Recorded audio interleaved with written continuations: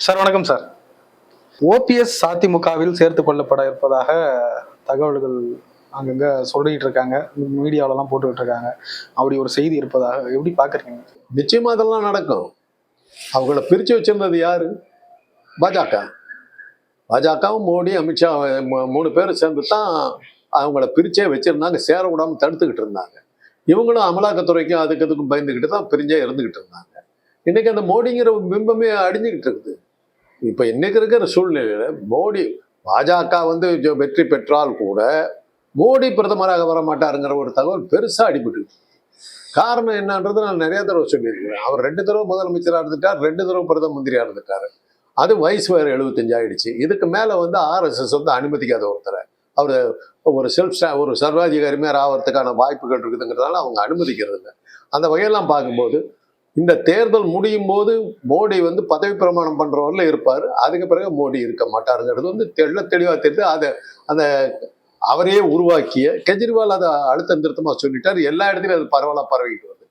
அதனுடைய விளைவுதான் அதுக்கு என்ன ஆதாரம்னு கேட்டீங்கன்னா, மோடியினுடைய உளறல்கள். சமீப காலமா அவர் உளறல் தான், பேச்சுக்களே இல்லை. உளறல்களை பார்க்கும்போது நம்மளை வீட்டுக்கு அனுப்பிச்சிருவாங்கிறது அவருக்கு தெரிஞ்சு போனதுனாலதான் வெற்றி பெற்றா கூட நம்ம எதிர்காலம் என்னங்கிற பயத்துல வந்த பிதற்றல்களும் உளறல்கள் தான். இதெல்லாம் வச்சு பார்க்கும்போது அதெல்லாம் தெரிஞ்சுக்கிட்டு தான் அதிமுக மோடியினுடைய பிடியிலிருந்து நம்ம வெளியே வந்துடலாம் அப்படிங்கிற ஒரு தைரியம் வந்துருச்சு அவங்க. அதனால அவங்க 4 பேரும் சேர்றதுக்கு தடையா இருந்ததே மோடி, அமித்ஷா, பாஜக தான். அதுவே இல்லைன்ற ஒரு சூழ்நிலை வரும்போது அவங்க ஒன்னா இணையறதுக்கான வாய்ப்புகள் இருக்குது. அவங்களுக்குள்ளார இருக்கிற மாற்றங்கள், இந்த பயங்கள் எல்லாமே போய் அவங்க ஒன்னா சேர்றதுக்கான வாய்ப்புகள் மிக அதிகமாக இருக்கு. எப்படி பார்த்தாலும் எடப்பாடி பழனிசாமி மனசு வைக்கணும்ல, எதுக்கா இருந்தாலும் அந்த காம்ப்ரமைஸ் வர்றது ரொம்ப நேரம் ஆகாதுங்க. ஜா அணி ஜே அணின்னு பிரிஞ்ச போது ஒரு சிச்சுவேஷன்ல எல்லாம் டக்குன்னு மாறினாங்கல்ல. உனக்காச்சு எனக்காச்சுன்னு ஒத்த காலில் நின்றுட்டு இருந்தாங்க. ஆரம்பிக்கிறப்போ ஒருத்தர் தான் அன்னைக்கு இருந்த சூழ்நிலையில அந்த ஒன்னா சேர்றதுக்கு நமக்கு என்ன ஆகுங்கிற ஒரு பயத்துல இருந்த ஒரே ஆள் ஆரம்பிக்கிறப்ப அவரை நீ வரியா இல்லையான்னு கேட்டாங்க. அவரும் சேர்ந்துட்டார். அவ்வளவுதான். அதுக்கப்புறம் ஜெயலலிதா அவர் கொடுக்க வேண்டிய மரியாதை கொடுத்துதான் இருந்தாங்க. பதவி விட்டு நீக்கினாங்க, அதுங்கிறதெல்லாம் வேற. ராஜாராம கூட எங்க அண்ணனை கூட சேர்த்து நீக்கினாங்க, அதெல்லாம் வேற. இருந்தாலும் அவங்களுக்கு கொடுக்க வேண்டிய மரியாதையெல்லாம் கொடுத்துக்கிட்டு தான் இருந்தாங்க. அதனால இது அந்த அவங்களுக்கு இருந்த ஒரே த்ரெட், பயம், ஒரே ஒரு மிரட்டல் பாஜகவுடைய மிரட்டல் தான். இன்னைக்கு பாஜகவே தான் பொழப்பே காய்ச்சல பறந்துகிட்டு இருக்கும்போது அவங்கள பார்த்து பயப்பட வேண்டிய அவசியம் இல்லைங்கிற ஒரு தைரியம் வந்ததுனால, அமலாக்கத்துறை அவங்கள விட்டு வெளியில வந்துருங்கிற நம்பிக்கை வந்ததுனால அவங்க 4 பேரும் ஒன்னா சேர்ந்து ஒரே அதிமுக மாறுறதுக்கான வாய்ப்புகள் மிக அதிகம். அப்படி எடப்பாடி பழனிசாமி அதான் சொல்ல வர்றேன். அது அந்த காம்ப்ரமைஸ் அவங்களுக்குள்ளார வந்துடும். நீ இதை வச்சுக்க, நான் இதை வச்சுக்கிறேன் அப்படிங்கிற மாதிரிலாம் வந்துடும். அது பேச்சுக்குவாங்க. அவங்களுக்குள்ளார ஒற்றுமையை கொண்டு வருது என்ன பெரிய கஷ்டம்? எல்லாருமே சேர்ந்து சசிகலாவை திருப்பி கொண்டு உட்கார வைக்கலாம் இல்ல? எடப்பாடி பழனிசாமி தலைமை உனக்கு அவருக்கு தேவை. எடப்பாடி பழனிசாமி பொறுத்தவரையிலும் அவருக்கு இந்த காரு, பங்களா இதெல்லாம் அவருக்கு ரொம்ப ஆசை. இந்த போலீஸ் பாதுகாப்புலாம் ரொம்ப ஆசை. நீ எதிர்கட்சி தலைவராக இருந்துட்டு போ அப்படின்ட்டா முடிஞ்சு போகுது. அந்த பதவி கொடுத்துட்டாங்க, அவர் அதை வாங்கிட்டு பேசாம இருந்தார். நீ எதிர்கட்சி தலைவராக இருந்து கட்சி தலைவராக நான் இருந்துக்கிறேன்னாக்க முடிஞ்சு போகுது. எப்படி அன்னைக்கு திமுக 2 நாவலரும் கலைஞரும் பிரிஞ்ச போது கலைஞர் தலைவராக வச்சுட்டாங்க, நாவலர் பொதுச் செயலாளராக கட்டினாங்க. அதே மாதிரி ஜானி ஜெயவனியை புரிஞ்ச போது ஜெயலலிதா பொதுச் செயலாளர் விட்டாங்க. ஜானகி கொஞ்ச நாள் இருந்துட்டு விலகிட்டாங்க. ஆரம்பிப்பனுக்கு ஒரு பதவி கொடுத்துட்டாங்க, முடிஞ்சு போச்சு. அந்த காம்ப்ரமைஸ் பெரிய கஷ்டம் இல்லை. இது ஒரு தடவை இது வரல. அந்த மாதிரி பிரியவே இல்லைன்னா தான் நீங்க கேட்குற கேள்வி. இது 4-5 தடவை பிரிஞ்சு அவங்க ஒன்னா சேர்ந்துருக்கிற வரலாறு இருக்கு. அதை திருப்பி பண்ணிட வேண்டியது பெரிய கஷ்டம் ஒண்ணு. இதெல்லாம் அந்த ஹிட் பொசிஷன் யாருக்குன்ற ஒரு கேள்வி இருக்குல்ல. அது யாருக்கு கீழே யாரு அதையும் அவங்க பேசிக்கிறாங்க. நம்ம ஒண்ணு எடப்பாடி பழனிசாமி விட மாட்டாரு சார். மாட்டாரு, நீங்க ஆசைப்படுறீங்க. இல்ல, அதனாலதானே அவர் கட்சியே இது பண்ணாரு. அன்னைக்கு அவரை சேர விடக்கூடாது. நீங்க வரிசையா பாத்துக்கிட்டு வந்தீங்கன்னா எம்எல்ஏக்கள்லாம் ஒன்று கூடி சசிகலாவை தங்களுடைய சீஃப் மினிஸ்டர், முதலமைச்சர் பதவிக்கு தேர்ந்தெடுத்துட்டாங்க. ஏகமனதா தேர்ந்தெடுத்தாங்க. மோடி எதிர்பார்க்கல. அப்ப இருந்த அந்த வித்யாசாகர் இருந்த அந்த கவர்னர் நீ போவாதேன்னு. அந்த கவர்னர் சட்ட விரோதமா, அரசியல் சட்டத்துக்கு விரோதமா எம்எல்ஏக்களால் தேர்ந்தெடுக்கப்பட்ட ஒருத்தரை பதவி பிரமாணம் பண்ணி வைக்க முடியாதுன்னு மோடி தான் தப்பிச்சா இது பண்ணாரு. சசிகலா பதவி பிரமாணம் பண்ணுமா, அதுக்கப்புறம் தான் அமலாக்கத்துறை உங்களை மேல நடவடிக்கை எடுக்கும் அப்படிலாம் மிரட்டித்தானே இது சசிகலா வரவிடாம பண்ணாங்க. அதே மாதிரி மறுபடியும் வராதுன்னு என்ன இருக்குது? அன்னைக்கு பழனிசாமி, பன்னீர்செல்வம், தினகரன் எல்லாம் சேர்ந்து தானே சசிகலாவை தேர்ந்தெடுத்தாங்க. அதே மாதிரி வராதுன்னு என்ன இருக்குது? ஏன் வரக்கூடாது? அன்னைக்கு எப்படி சசிகலா வெளியே போனாங்க? தினகரன் அன்னைக்கு வந்து ஒரு வெற்றிடம் இருந்தது சார். யார் தலைமை வெற்றிடத்துலதாங்க எடப்பாடி பழனிசாமி நிரப்பிட்டாரு. உங்க கேள்விக்கு தான் நான் முதல்லயே பதில் சொல்றேன், அதே திருப்பி கேட்காதீங்க. வெற்றிடம் இருந்த போதுதான் சசிகலா எம்எல்ஏக்கள் எல்லாம் சேர்ந்து குடித்த பிரதமர். வெற்றிடம் இல்லையே சார். இன்னைக்கு வெற்றிடம் என்ன? ஏன் இல்ல? அதான் எடப்பாடி பழனிசாமி நிரப்பிட்டாரு. பழனிசாமி இன்னைக்கு இந்த தேர்தல் முடிவுகளுக்கு பிறகு பழனிசாமியுடைய நிலைமை என்னன்னு உங்களுக்கு எப்படி தெரியும்? என்ன ஆகும்? அது தேர்தல் முடிவு தான் சொல்லணும். தேர்தல் முடிவுல அடி சமத்தியா வாங்கினாருன்னா அவர் பெரும்பாலும் தோல்வின்னு தான் சொல்றாங்க. அப்புறம் என்ன ஆகும்னு அது பாஜக காரனே சொல்றாங்க. நேற்று கூட ஒரு டிவியில உட்காந்துருந்து அந்த பாஜக காரரை தமிழ்நாட்டை பொறுத்தவரை அது முடிவான விஷயம். அவங்களே அதை வந்து கவலைப்பட்டுக்கல. திமுக வந்து கொண்டு வர்றதுங்கிறதுல மோடியை வந்து அதிகமா கவலைப்பட்டுக்கல. அது அவங்க வந்துட்டு போட்டுக்கிற மாதிரி விட்டுட்டாரு. இன்னும் சொல்ல போனா பாஜக விந்திய மலைக்கு கீழே அவங்க கான்சென்ட்ரேட் பண்ணல. அவங்க கான்சென்ட்ரேஷன் பூரா இந்தி பேசும் பகுதிகளில் தான் அவங்களுக்கு இருக்குது. கிழக்கு மாகாணங்கள்ல கூட அவங்க இல்லை. அஸ்ஸாம், இதெல்லாம் மணிப்பூர், திரிபுரா, மேகாலயா அந்த பகுதிகளில் கூட அவங்க இல்லை. அவங்களுடைய கண்ணு கருத்து பூரா ஹிந்தி பெல்ட்டை விட்டுறக்கூடாது, குஜராத்தை விட்டுறக்கூடாதுங்கிறது. அதனால தான் குஜராத்தில் கை வச்சதுனால தான் கெஜ்ரிவாலை உள்ள தள்ளினாங்க. அதனால் அவங்க வந்து தெற்கு பகுதியை அவங்க கவலைப்பட்டுக்கவே இல்லை. அதனால் இந்த தேர்தல் தோல்வியில் வந்து பழனிசாமி பதில் சொல்லணும். ஏன்னா 8 முறை தோற்றிருக்கிறார். இது 9வது முறையும் தோத்தாருன்னா அவருக்கு கிளைம்ஸ் இருக்கிறதுக்கு வாய்ப்பு இல்லை. அவரே பரவாயில்ல, நான் இருந்தேன், இத்தனை வருஷம் இருந்துட்டேன், எனக்கு ஏதாவது ஒரு கௌரவமாக ஒரு இடத்த கொடுத்துட்டு இது பண்ணுங்க அப்படின்னு சொல்லி கேட்டுக்கலாம். அதுக்குள்ளார அவங்க பேசிக்கலாம். அன்னைக்கு ஜானி ஜெயலலிதா பிரிஞ்ச போது யார் யாரோ பிரிஞ்சிடுவாங்க, யாரோ போயிடுவாங்கன்னும் போது டக்குன்னு எல்லாம் ஒன்றா சேர்ந்தாங்க. கட்சியினுடைய நன்மைக்காக நம்ம ஒன்றா சேர்றது அவசியம்னு ஒவ்வொருத்தரும் விலைக்கு பேசின போது அந்த பிரிவு எல்லாம் மாறி போய் ஒன்றா சேர்ந்தாங்க. அது மாதிரி வர்றதுக்கான வாய்ப்புகள் மிக அதிகம். நீங்க சொல்லலாம் பழனிசாமி இப்படி ஏத்துக்குவாரு, பன்னீர்செல்வம் வந்து 3 தடவை முதலமைச்சராக இருந்துட்டு ஏத்துக்கிட்டு உட்காந்து இருக்குல்ல. கடைசியில சத்தியமெல்லாம் பண்ணாரு, அப்புறம் சொன்ன பேச்சு கேட்டுக்கிட்டு உட்காந்துட்டாரு. காரணம் என்னன்னா அமலாக்கத்துறை வந்து அவங்க எல்லாத்தையும் பிரிஞ்சு இருக்கிறதுக்கு காரணமா இருந்தது அமலாக்கத்துறை. நாம ஏதாவது ஒன்னா சேர்றோம் தெரிஞ்சாக்க அமலாக்கத்துறை நம்ம உள்ள தள்ளிப்படுங்கிற ஒரே காரணத்தினால்தான் இவங்க பிரிகிற மாதிரியே நின்று நடிச்சாங்க. இது கூட அந்த பிரச்சனை இல்லைன்னு அவங்க சேர்றதுக்கு என்ன ப்ராப்ளம்? ஒன்றும் பிரச்சனை இல்ல. நீங்களே பல டைம் எடப்பாடி பழனிசாமியினுடைய அந்த திறமையை பாராட்டி இருக்கீங்க. ஒரு பதவி கிடைச்சா அதை எப்படி பிடிச்சுக்கிட்டு விடாம இருக்கணும், துரோகங்கள்லாம் 2வது, இதை எப்படி விட்டுருவாருன்னு நினைக்கிறீங்க சார்? நீங்களே சொல்லியிருக்கீங்களா? உடலையே அவருக்கு கொடுக்க வேண்டிய மரியாதை கொடுத்தா முடிஞ்சு போகுது. விடமாட்டேன்னாருனாக்கா அவரை வந்து சசிகலாவும் நம்பர் 1 கேக்குறாங்க, எடப்பாடி நம்பர் 1 கேக்குறாரு, ஓபிஎஸ் நம்பர் 1 கேக்குறாங்க. ஆமா, எல்லாம் கேட்டு அது வந்து எதனால கேட்டுக்கிட்டு இருந்தாங்கன்னாக்கா அமித்ஷாவும் மோடியும் அவங்கள வந்து மிரட்டிக்கிட்டு இருந்தாங்க, விட்டுறாத, நீங்க ஒன்னா சேரக்கூடாதுன்னு பிரிச்சு விட்டுட்டு இருந்தாங்க. அதுக்காக அவங்க வந்து போராட்டமா இருந்தாங்க. சசிகலா வெளியில வந்த போது எவ்வளவு பெரிய கூட்டம் அவங்களுக்கு வந்து ஜெயில இருந்து வரும்போது ஒரு மிரட்டல் தானே விட்டாங்க. நீ இன்னும் மறுபடியும் பார்த்தீங்கன்னா மறுபடியும் உள்ள தள்ளி விட்டு வேண்டாங்க, பேசாம அந்தமா போய் உட்காந்துருச்சு. இப்ப பாருங்க, அவங்க வர்றதுக்கு இது பண்ணிட்டாங்கல்ல. அண்ணாமலை நேற்று ஏதோ ஒரு ஸ்டேட்மெண்ட் கொடுத்ததுக்கு எதிர்த்து அறிக்கை விட்டுருக்காங்க. ஆக she is ready to come back போது எம்எல்ஏ இந்த தேர்தல் முடிவுகள் என்ன மாதிரி பழனிசாமியுடைய தலைமைக்கு அது ஒரு கேள்விக்குறியா மாறும். கேள்விக்குறியா மாறும்போது கிளைம்ஸ் எல்லாம் போகுது. போன தடவை வந்து 40 இடத்துல நான் ஜெயிச்சேன் அப்படிங்கிறத காட்டி தான் அவர் வந்து தலைமை பதவியை கேட்டாரு. அதை வச்சுதான் பன்னீர்செல்வத்தையும் வெளியே வச்சார். இன்னைக்கு அந்த கிளைம்ஸ் இருக்கணும் இல்ல, வெற்றி பெறணும் இல்ல. 8 முறை தோற்று, 9வது முறையும் தோத்துட்டு எனக்கு பதவி கொடுன்னு கேட்டா எப்படி? அதனால இது மாதிரி பல விஷயங்கள் நம்ம சொல்லிக்கிட்டே போலாம். நீங்க அவருக்கு ஆதரவா நீங்களும் சொல்லிக்கிட்டே போலாம். அது வேற வழியே கிடையாது. தேர்தல் முடிவுக்கு பிறகு அதிமுகவில் ஒரு போலரைசேஷன், இங்க இருந்து அங்க போறதும் அங்க இருந்து இங்க வர்றது பல பேரும் இருக்கிறது போது அப்ப வந்து 2 பேரும் ஒன்னா சேருவாங்க. 4 பேர் சார். அதான் 4 பேர். அதுல வந்து 3 பேர் ஏற்கனவே ஒன்னா தான் இருக்காங்க. சசிகலா, தினகரன், பன்னீர்செல்வம் ஒன்னா தான் இருக்காங்க. பழனிசாமி தான் தனியா இருக்காரு. அவர் கூட அவரை அது என்ன இந்த சிவி சண்முகம் போன்ற சில ஆட்கள் தான் கொஞ்சம் ரகலையெல்லாம் கொஞ்சம் முட்டுக்கட்டை போடுறதுக்கு முயற்சி பண்ணுவாங்க. நமக்கு என்ன இருக்கு, நமக்கு என்ன கிடைக்கும்.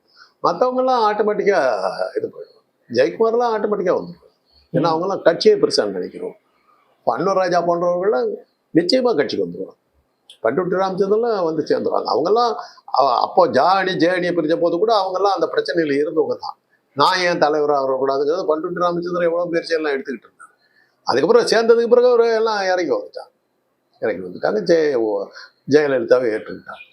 அது மாதிரி அவங்க பிரிஞ்சு சேர்ந்த வரலாறு நீங்க பார்த்தீங்கன்னா அது ரொம்ப சுலபமாக அது முடியக்கூடிய வாய்ப்புகள் நிறைய இருக்கு. அதனால நம்ம தேர்தலுக்கு பிறகு அவங்க ஒன்றா இணையறதுக்கான வாய்ப்புகள் இருக்குது. பன்னீர்செல்வம் சேர்றதுக்கான வாய்ப்புகள் இருக்குது. இப்போ சசிகலா சேர்றதுக்கு இருக்குது. எல்லாமே ஒன்றா சேர்ந்து 4 பேர் ஒன்றா சேர்ந்து ஒரே அதிமுகவை மாறதுக்கான வாய்ப்புகள் பிரகாசமா இருக்கு. சமீப காலத்துல பாத்தீங்கன்னா எப்பயுமே அதிமுக சார்பா ஏதாவது ஒரு செய்தி சொல்லணும்னா ஜெயக்குமார் தான் பேசுவார். ஆனா ஆர்பி உதயகுமாரா எடப்பாடி பழனிசாமி அதிகமா பேச வருவார்.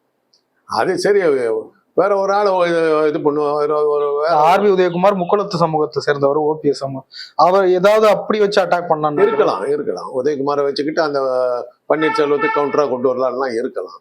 அது என்ன இருந்தாலும் கடைசி நிமிஷம்னு நமக்கு ஒரு பதவி கிடைக்கணும்னு ஒரு ஆசை இருக்கத்தான் செய்யும். ஏன்னா இன்னைக்கு வந்து பழனிசாமி வந்து வெள்ளாள கவுண்டர்களுக்கு மாத்திர தலைவர்கள் மாதிரி அவர் சுருக்கி போயிட்டார். அவரை சுத்தி இருக்கவங்க பூராம அவங்க ஜாதிக்காரர் தான் இருக்காங்க. அது மாதிரி ஒரு ஜாதிய தலைவராக மாறிட்டார். அதுல இருந்து வெளியே வந்து எல்லாராலும் ஏற்றுக்கொள்ளப்படக்கூடியவர்கள் வர்றதுக்கான இதை அவர் வந்து உருவாக்கணும். அது உருவாக்குறதுக்கு அவர் கஷ்டப்பட்டு தான். ரெண்டாவது, இந்த தடவை தோல்வி வந்ததுன்னா தொண்டர்கள் பூரா கேட்பாங்க, இல்லை எத்தனை தடவையா உங்ககிட்ட இத்தனை தடவை பதவி கொடுத்தாச்சு, ஒரு தடவையா வெற்றியை காட்டியான்னு ஒரு கேள்வி கேட்டாங்கன்னு என்ன பண்ணு. ஏதாவது ஒரு நம்பிக்கை வேணாமா? இப்ப சமீப காலமா பழனிசாமி நம்ம பாக்குறதே இல்லையே, என்ன பண்றாருன்னு கூட தெரியல.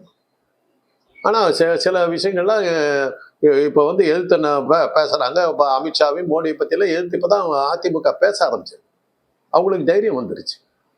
அளவா பாஜகவுடைய மிரட்டலுக்கு பயந்து பிரிஞ்சிருந்த அதிமுக ஒன்னா சேர்ந்துடும். அவங்களுக்குள்ள இருக்கிற பிணக்குகள் அவங்க பேசிட்டு இருப்பாங்க. அது ஒரு பெரிய பிரச்சனையா. அது பெரிய பிரச்சனையா. ஒருவேளை எடப்பாடி பழனிசாமி இணைப்புக்கு மறுத்தார் அப்படின்னா மறுக்கலாம். அதுக்கப்புறம் அவங்ககிட்ட பேசிட்டு இணைப்புக்கு மறுத்துட்டு தனி கட்சி ஆரம்பிப்பாரா?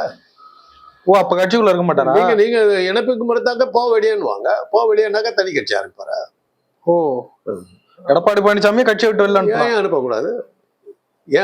எம்ஜிஆரே வெளியே அனுப்பிச்சாங்க திமுக இருந்து. பழனிசாமி அப்படி ஒண்ணும் பெரிய ஆள் இல்லை. எம்ஜிஆர் 2வது பொசிஷன்ல இருந்தார் சார். அவரையே வெளியே அனுப்பிச்சாங்க. அதைத்தான் சொல்லுவோம். இப்ப பழனிசாமி வந்து மறுபடியும் தேர்தலில் தோல்வி அடைஞ்சாருன்னா தொண்டர்கள் கேட்க மாட்டாங்களா? எப்பத்தான் ஜெயிக்கிறது? உன்னை வச்சுக்கிட்டு தான் 8 தடவை உன்னோட போட்டி உன்னை தலைமையில ஏத்துக்கிட்டு நின்னோம். 8 தடவை தோக்கடிச்சிருக்க கட்சியை. இன்னும் என்ன ஆசைப்படுறதுன்னு கேட்க மாட்டாங்களா கட்சியில? அந்த அளவு கூட அந்த கட்சியில் அறிவுள்ளவங்க எவ்வளவு இருக்க மாட்டான். இந்த தேர்தலுடைய முடிவுகள் இப்பவே நமக்கு நல்லா தெரியுது. ஏன்னா பாஜக தமிழ்நாட்டை பத்தி அக்கறை காட்டலைங்கிறது நல்லாவே தெரியுது. அதனாலதான் அண்ணாமலை எங்க போனார்னு யாருக்குமே தெரியும். என்ன நினைச்சதுக்கெல்லாம் கண்டதுக்கெல்லாம் பேச்சுக்கிட்டு இருக்கிறாள். எங்க போனார்னு தெரியல. கேட்டா எங்க டெல்லியில எங்க இருக்காரு. வழக்கமா கர்நாடகாவில் போய் படத்துல இதுல நடிச்சுக்கிட்டு இருப்பாரு. ஸ்விம்மிங் சீன்ஸ்ல வந்து நீச்சல் கற்றுக் கொடுப்பாருன்னு நினைச்சுக்கிட்டு இருந்தா அதான் காணும். அந்த மாதிரி எதுவும் காணும். வழக்கமா தானே பண்ணிட்டு இருப்பாரு. சினிமா கினிமா எதாவது எடுக்கிறாங்க, கன்னட படத்துல வர்றாரான்னு தேடி பார்த்தேன், காணும். ஆனால் எங்கேயோ டெல்லியில் எங்கேயோ சுத்திட்டு இருக்காரு. அவங்க ஆளுங்களே காணுது. பாஜக ஆட்களை பத்தி இப்போ சமீப காலமா எங்கேயாவது தமிழ்நாட்டு பாஜக யாராவது பேச ஏதாவது கேட்டிருக்கீங்களா? அந்த கட்சி என்ன ஆச்சுன்னு யாருக்காவது தெரியுமா? சொல்லுங்க பார்க்கலாம். இந்த வானதி சீனிவாசன் ஒரு அம்மா இருந்து எங்க போச்சாங்க? நயனார் நாகேந்திரனை பத்தி என்ன செய்து வருது? 4 கோடி ரூபாய் என்ன ஆச்சுன்னு கேள்வி. அதுலதான் அவர் பேர் அடிப்படுது ஒழிய அரசியல் ரீதி அவர் பேர் அடிப்படுது. பாஜக எங்க இருக்கு இப்போ சொல்லுங்க. என் கண்ணுக்கு தெரியல. உங்க கண்ணுக்கு தான் தெரியல. இப்ப நாடாளுமன்ற தேர்தலுக்கு பிறகு ஒரு ஒன்றுபட்ட அதிமுக உருவாக வாய்ப்பு இருக்கு. நிறைய வாய்ப்பு. ஜூன் 4, 5ஆம் தேதிக்கு அப்புறம் வந்து ஒரு பெரிய மாறுதல் வரும். இந்த 4 பேர் கையில மட்டும்தான் இருக்குமா தலைமை, இல்ல வேற தலைமை கூட மாற்றப்பட வாய்ப்பு? 4 பேரும் சேர்ந்துட்டு வேற ஒருத்தரை கொண்டு வரலாங்க. அப்படி கூட வாய்ப்பு இருக்கா? 4 பேரும் சேர்ந்துதான் பிரிஞ்சு இருந்துதான் கட்சி குட்டிச்சோர் பண்ணிக்க. வேற யார் தரங்க? கேசி பழனிசாமி போன்றவர்கள்லாம் ஒன்றுபட்ட, புகழேந்தி போன்றவர்கள்லாம் வரலாம். இது கேபி முனுசாமி போன்றவர்கள் வரலாம். ஜெயக்குமாரே வரலாம். ஏன் வரக்கூடாது? அன்வர் ராஜா போன்றவர்கள்லாம் வரலாம். எவ்வளவு பேர் இருக்காங்களே. ஏன் பண்டுட்டியவே வந்து இப்ப அவைத்தலைவரா போட்டு அவர்கிட்ட எல்லாமே கொடுத்தாங்க. ஏன் இல்ல? செங்கோட்டையனை கொண்டு வரலாமே. செங்கோட்டையன் ஜெயலலிதா பீரியட்ல பெரிய ஆளா இருந்தவர். அவர் இன்னைக்கு அடக்கி வச்சுக்கிட்டு இருக்காரு. அவரே கொண்டு வரலாமே. அது பழனிசாமிக்கு கூட ஏற்புடையதா தானே இருக்கும். அவருடைய ஜாதியை சேர்ந்தவங்க பக்கத்துல இருக்காங்க. அப்ப இதுக்கெல்லாம் சம்மதிக்கலன்னா எடப்பாடி பழனிசாமி கட்சியில இருக்க மாட்டார். இருந்தா கூட அவர் யாரும் மதிக்க மாட்டார். கட்சியில இருக்கலாம், ஓரமா இருக்கலாம், அவ்வளவுதான். சொல்லுவாங்க இந்த ஜோசியர்கிட்ட கேட்டீங்கன்னா 8ஆம் இடத்துல வந்து இந்த 7ஆம் இடத்துல வந்து இந்த குரு பகவான் இருக்கிறார், பிரமாதமா இருக்குது அப்படின்னு சொல்லுவாங்க. அப்ப அடுத்த ஜோசியர் என்ன சொல்றாருன்னா, குரு பகவான் ஏழாம் இடத்துல இருக்கிறது விசேஷம் தாங்க. சக்தியோட இருக்கிறாரான்னு தெரியல. நீச்சப்பட்டு போயிருந்தாருனாக்கா பிரயோஜனம் இல்லை. ஏழாம் இடத்துல இருந்தா கூட லாபம் இல்லை. இது மாதிரி ஜோசியத்தில் சரியா விளக்கம் கொடுப்பாரு. அதே மாதிரி ஒரு கட்சியில இருக்கலாம், என் பேர் வரலாம், எனக்கு பின்னணியில யார் இருக்கிறா, எனக்கு எத்தனை தொண்டர்கள் இருக்காங்க. இப்ப திருநாவுக்கரசு காங்கிரஸ்ல அவர் வந்து பல கட்சிகளுக்கு மாறினார். அதிமுக இருந்தபோது அவர் அசைக்க முடியாம இருந்தார். அவர் ஒருத்தர் KKSR ராமச்சந்திரன், இவங்கெல்லாம் வந்து அசைக்க முடியாத அளவுல இருந்தார். ஜெயலலிதா என்னென்னமோ பண்ணி பார்த்துச்சு, அவருக்கே அவங்க 2 பேர்த்தையும் அசைக்க முடியல. அந்த அளவுக்கு அறந்தாங்கிலையும் சரி, விருதுநகர் சாத்தூர்லையும் சரி, KKSR ராமச்சந்திரன் விருதுநகர் சாத்தூர்ல அவர் வச்சதான் சட்டம். அதே மாதிரி திருநாவுக்கரசு அறந்தாங்கி புதுக்கோட்டை அந்த பகுதிகளில் அவர் வச்சதான் சட்டம். திருநாவுக்கரசு தேர்தலில் நிற்கிறாருன்னா அத்தனை பேர் கண்ணை மூடிட்டு ஓட்டு. அந்த அளவுக்கு அவர் சக்தி. அதே மாதிரி சேலத்துல செம்மலை, ஓமலூர்ல அவர் நின்னா அவர் தான். எம்ஜிஆர் அவருக்கு சீட்டு கொடுக்க முடியாதுன்னாரு, தனியா நின்னார், சுயேட்சா நின்னாரு. அதிகாரப்பூர்வ அதிமுக வேட்பாளர் பல ஆயிரக்கணக்கான ஓட்டுகள்ல தோக்கடிச்சாரு. தோக்கடிச்சுட்டு நேரா போய் எம்ஜிஆர் இருந்தார். 1000 இருந்தாலும் நான் உன்னுடைய தொண்டன் தான், நீ எனக்கு சீட்டு கொடுக்கலங்கிற கோவத்தில் தான் என்னை ஏத்துக்கானாரு. எம்ஜிஆர் ஏத்துக்கிட்டாரு. அது மாதிரி பல தலைவர்கள் இருக்காங்க. அதே மாதிரி செங்கோட்டை இன்னைக்கு அசைக்க முடியாது, அவர் தொகுதியில் அவர் தான் இருப்பார். அதே மாதிரி KKSR, அதே மாதிரி திருநாவுக்கரசு காங்கிரஸ் விட்டார், KKSR திமுக விட்டார். அது மாதிரி இவங்கெல்லாம் அங்க அசைக்க முடியாத ஆட்கள். சேகர் பாபு எல்லாம் வந்து கட்சியில அசைக்க முடியாத இடத்துல இருந்தோம். இன்னைக்கு அவங்கெல்லாம் திமுக வந்துட்டாங்க. முத்துசாமி, ஈரோடு முத்துசாமி அசைக்க முடியாத இடத்துல இருந்து அவங்கெல்லாம் இன்னைக்கு திமுக வந்துட்டாங்க. அதுதான் திமுக கிடைச்ச ஒரு பெரிய இதுனாக்கா, அண்ணா திமுகவில் இருந்த சக்தி வாய்ந்த பல தலைவர்கள் திமுக கிட்ட வந்துட்டாங்க. ஸ்டாலினை தலைவராக எடுத்துக்கிட்டாங்க. அதிமுக தான் அவங்க, ஆனா ஸ்டாலினை தலைவராக எடுத்துக்கிட்டாங்க. அது மாதிரி போயிடுச்சு. அதனால இதுல பழனிசாமி வந்து நான் தான் இருப்பேன்னாக்கா, நீ இருந்துக்க, அவங்க கூட உங்க கட்சிக்கு ஒரு 10 பேர் இருப்பாங்கன்னா அவங்கள வச்சுக்கிட்டு இருந்துக்க, அவ்வளவுதான். அதனால அவர் அந்த பிடிவாதம் பிடிக்க மாட்டார். அவருக்கும் தெரியும், இதை விட்டோம்னா நம்ம ரெண்டாவது வந்து அவரை பொறுத்தவரை அனுபவிக்க வேண்டியதெல்லாம் அனுபவிச்சிட்டாரு. விட்டா போதுன்ற நிலைமையில தான் அவர் இருக்காருங்கிறது என்னுடைய இன்னொரு அனுமானம். பதவிக்கு விட்டா கூட வேண்டாம்னு சொல்லுவாருங்கிறது என்னுடைய இது. ஏன்னா இதோட நம்ம தப்பிச்சுக்குவோம். ஒரு வளமான வாழ்க்கையை அவருக்கு அமைஞ்சிருச்சு. இதுக்கப்புறம் அவருக்கு ஒன்று எதிர்பார்க்க வேண்டிய அவசியங்கள் ஒன்றும் இல்லை, நடக்க வேண்டிய விஷயங்கள் ஒன்றும் இல்லை. அந்த அளவுக்கு அவர் வந்து வசதி ஆகிட்டாரு. இனிமேல் அரசியல் வச்சுக்கிட்டு என்ன பண்ணும், அரசியல் நமக்கு தேவையில்லைங்கிற மாதிரி போகலாம். அரசியல் நமக்கு லாபமா இருக்க ஒண்ணு தாங்க அரசியல் இருக்க முடியும். அது நமக்கு லாபம் இல்லைன்னப்பறம் அதை விட்டு போறதுல என்ன கஷ்டம். தேவையில்லை. மீண்டும் அதிமுக எழும்பி வர வாய்ப்பு இருக்குங்களா? இன்னைக்கு இருக்கிற சூழ்நிலையில அரசியல்லாம் எப்படி போகும்னு சொல்லவே முடியாது. 10 வருஷத்துக்கு பிறகு என்ன ஆகுன்றதெல்லாம் இன்னைக்கு நீங்க சொல்லவே முடியாது. நாளான்னைக்கு என்ன ஆகுங்கிறது தான், அடுத்த மாசம் என்ன ஆகுங்கிறது தான். மாற்றங்கள் பயங்கரமா இருக்கு. ஒரு காலத்துல எங்க பொறியியல் துறையில mechanical engineering, civil engineering, electrical engineering 3 தான் இருந்தது. இன்னைக்கு ஏறத்தாழ சிவில் இன்ஜினியரிங்கிற ஒரு கோர்ஸே இல்லை. சிவில் இன்ஜினியரிங் உழுந்து போச்சு. மெக்கானிக்கல் இன்ஜினியரிங்ல அன்னைக்கு இருந்ததெல்லாம் பெட்ரோல் பேஸ்ட் இன்ஜினுக்கு தான் அவங்க மெக்கானிக்கல் இன்ஜினியரிங்கே இருக்கு. இன்னைக்கு பெட்ரோலை உபயோகப்படுறதுக்கு தேவையில்லை, சோலார் எனர்ஜியும் எலக்ட்ரிக் எனர்ஜியும் வந்ததுக்கு பிறகு மெக்கானிக்கல் இன்ஜினியரிங்கிறது மாறி போச்சு. இன்னைக்கு மெக்கட்ரானிக்ஸ் பேரே மாத்திட்டாங்க. பயோடெக்னாலஜி போட்டுட்டு ஆர்டிஃபிஷியல் இன்டெலிஜென்ஸ் கோர்ஸை ஒன்று ஸ்டார்ட் பண்ணிட்டாங்க. அதில் விதவிதமான மெஷின் லேர்னிங், அது இதுன்னு சொல்லிட்டு ஒரு 7-8 பிரான்ச் ஆர்டிஃபிஷியல் இன்டெலிஜென்ஸ் வந்துருச்சு. நேற்று ஊரில் கிடையாது, போன வருஷம் இல்லை அந்த கோர்ஸ். இந்த வருஷம் அதுதான் நம்பர் 1. இப்போ நான் இருக்கிற என்னுடைய கோர்ஸ் பயோமெடிக்கல், பயங்கர டிமாண்ட். என்னுடைய கல்லூரியில் அதுதான் மேக்சிமம் சேர்ந்துருக்கேன். ஏன்னா மாறாது ஒரு கோர்ஸ் இருக்குது என்ஜினியரிங்னால அது பயோமெடிக்கல் தான். ஆரம்பித்த ஒரு 15-20 வருஷத்துக்கு முன்னாடி தான் ஆரம்பித்தாங்க. இன்னைக்கு அது நம்பர் 1 கோர்ஸாக மாறிடுச்சு.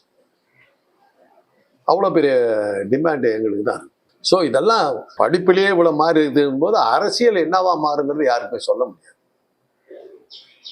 இன்னைக்கு உலக அளவில் பெரிய பல பிரச்சனைகள் வந்துட்டு, ஒரு நாட்டினுடைய அதிபர் வந்து ஹெலிகாப்டர் விபத்தில் வந்து செத்து போறாரு. ஒரு அதிபருடைய ஹெலிகாப்டரை கீழே வந்து இதாகுதுன்னாக்கா என்ன? இதே வந்து மொரார்ஜி தேசாய்க்கு ஆச்சு. அவர் பிரைம் மினிஸ்டரா இருக்கும்போது எங்க டெல்லியில இருந்து ஏதோ ஒரு ஊர்ல இருந்து வர்றாரு, பாதி வழியில பிளைன் அப்படியே பிச்சுக்குச்சு. அந்த பைலட்ஸ் என்ன சொன்னாங்கன்னா, எங்க உயிரை கொடுத்து நாங்க பிரைம் மினிஸ்டர் காப்பாத்தோம்னு சொல்லி நோஸ் டைவ் பண்ணாங்க. நோஸ் டைவ் பண்ணி முன்பக்கம் மாத்திரம் சேதம் அடையிற மாதிரி பண்ணி பின்பக்கத்தை காப்பாற்றிட்டாங்க. அவர் பின்பக்கத்தில் உட்காந்துருக்காரு. முன்பக்கத்தில் விழுந்து அந்த 4 பைலட்டு செத்து போனாங்க. அவர் வந்து கதவை திறந்துக்கிட்டு அந்த கதவை திறந்துட்டார். கதவை திறந்து பிளேன்ல இருந்து குதிச்சு பல 1 கிலோமீட்டர் தூரம் ஓடி அந்த 89 வயசுல ஓடியாந்து தப்பிச்சார். அது மாதிரி ஒரு பிரைம் மினிஸ்டர் காப்பாற்றுறதுக்கு 4 பைலட் உயிரை கொடுத்தாங்க. அது மாதிரி ஒரு ஹெலிகாப்டருடைய இதை வந்து காப்பாற்றி அந்த இவரை காப்பாற்றணும்னு அந்த பைலட்ஸ்க்கு எண்ணம் வரலைங்கிறது யோசிக்கும் போது அதில் வந்து சதி திட்டம் இருக்கலாம். யாரோ சதி திட்டம் பண்ணியிருக்கலாம். அதனால் பல தலைவர்கள் இந்த மாதிரி அரசியலில் விபத்துக்கள் ஆளாகி இறந்து போயிட்டு இருக்கிறாங்க. ஜப்பானெல்லாம் ஒரு காலத்தில் நேர்மைக்கும் ஒழுக்கத்துக்கும் சிறந்த ஊரா அரசியலில் இருந்த நாடா இருந்த அந்த ஜப்பான் இன்னைக்கு அங்கே வந்து ஊழல் குற்றச்சாட்டும் இதுவும் பயங்கரமான. ஸோ என்ன ஆயிட்டு இருக்குது அரசியலுங்கிறது இந்த மக்களால் தேர்ந்தெடுக்கப்படுகின்ற அரசாங்கங்கள் இனிமே அமையுமா? மக்கள் தேர்ந்தெடுக்கிறதுக்கு அனுமதிப்பாங்களா? இந்த வாக்கியந்திரங்கள் போன்ற பல புதிய விஷயங்கள்லாம் உள்ள வந்து மக்களுடைய கருத்துக்கும் தேர்தல் முடிவுகளுக்கும் தொடர்பு இருக்குமாங்கிற கேள்வி வந்துடுச்சு. இன்னைக்கு இந்திய அரசியல் நமக்கு என்ன இருக்குது? மக்களுடைய கருத்து தேர்தல் முடிவுகளில் வராதுங்கிற மாதிரி தானே எல்லாம் பேசிக்கிறாங்க. அதுதானே இன்னைக்கு இருக்கிற பேச்சு. ஏன்னா வாக்கியந்திரத்தில் அவங்க டேம்பர் பண்ணிட்டாங்கிறது பல்வேறு ஆதாரங்கள் நமக்கு வந்துட்டு. அப்படி இருக்கும்போது மக்கள் யாருக்கு ஓட்டு மக்கள் என்னை பொறுத்தவரை நான் தெளிவாக இப்போவே சொல்லுவேன், பாஜக தோற்று விட்டது. மக்கள் வந்து அவங்கள தோக்கடிச்சிட்டாங்க. அது அவருக்கு மோடிக்கு நல்லா தெரியும். இப்போ அவர் நம்பிட்டு இருக்கிறது தேர்தல் ஆணையத்தையும் வாக்கியந்திரத்தையும் தான். அதில் ஏதாவது பண்ணி நம்மளை காப்பாற்றுவாங்கங்கிற நம்பிக்கையில் தான் அவங்க இருக்கிறாங்க. அதை ஆனால் இன்னைக்கு ஏதோ சில அறிவிப்புகள்லாம் வந்து தேர்தல் ஆணையம் கொடுக்கறத பார்த்தா அவங்களுக்கு ஏதோ பயம் வந்துருக்கு. இன்னைக்கு கபில் சிபல் சொல்லியிருக்காரு, இத்தனை வகையான செக்கப்பெல்லாம் நீங்கள் பார்த்தீங்கன்னாக்கா வாக்கேந்திரத்தில் ஃப்ராடு பண்ணுறத பிடிச்சிடலான் இருக்காங்க. இன்னொரு தகவல் என்ன சொல்கிறாங்கன்னா, பல இடங்கள்ல இருந்த சீஃப் மினிஸ்டர்ஸு வாக்கேந்திரம் பதிவு உளுந்த உடனே அவங்களுக்கான தகவல்கள்லாம் வந்து அங்கேருந்து ஏஜென்ட்டுகள் அப்படியே கொடுத்துருக்காங்க. ஆனால் வாக்கேந்திரத்தை டேம்பர் பண்ணி தேர்தல் ஆணையம் வந்து ஃப்ராடு பண்ணுறது அவ்வளோ சுலபம் இல்லை இந்த தடவை அப்படிங்கிற மாதிரியான ஒரு செய்தி இருக்கு. இதெல்லாம் பார்த்துட்டு தான் மோடி வந்து நானே கடவுளுங்கிற மாதிரிலாம் பேச ஆரம்பிச்சிட்டேன். நமக்கு ஆபத்து வந்துருச்சு அப்படிங்கிறது. 2 காரணம், மக்கள் வந்து தன்னை நிராகரிச்சிருவாங்க, தோக்கடிச்சிருவாங்கங்கிறது. அதனால தனக்கு பதவி கிடைக்காதுங்கிறது. அப்படியே ஜெயித்தாலும் 4 தடவை பதவியில் இருந்தாச்சு, 75 ஆச்சு, RSS சட்ட பிரகாரம் பதவி கிடைக்காதுங்கிறது. 2 வகையில் அவருக்கு வந்து பதவி இல்லைங்கிறது யார் இருக்காங்களோ இல்லையோ மோடி இல்லைங்கிறது உறுதியாக தெரிகிற அளவுக்கு இன்னைக்கு இருக்கிற சிச்சுவேஷன். அதனுடைய விளைவு தான் அவர் அந்த மாதிரிலாம் பேசிக்கிட்டு இருக்காரு. ஸோ இதெல்லாம் வச்சு பார்க்கும்போது நீங்கள் அடுத்த தேர்தலுக்கு எப்படிங்கிற கேள்விக்கெல்லாம் இப்போ பதில் சொல்லவே முடியாது. எது சொன்னாலும் தப்பாத்தான். எது சொன்னாலும் தப்பாத்தான். சார், நிறைய விஷயங்களை பகிர்ந்து நன்றி சார்.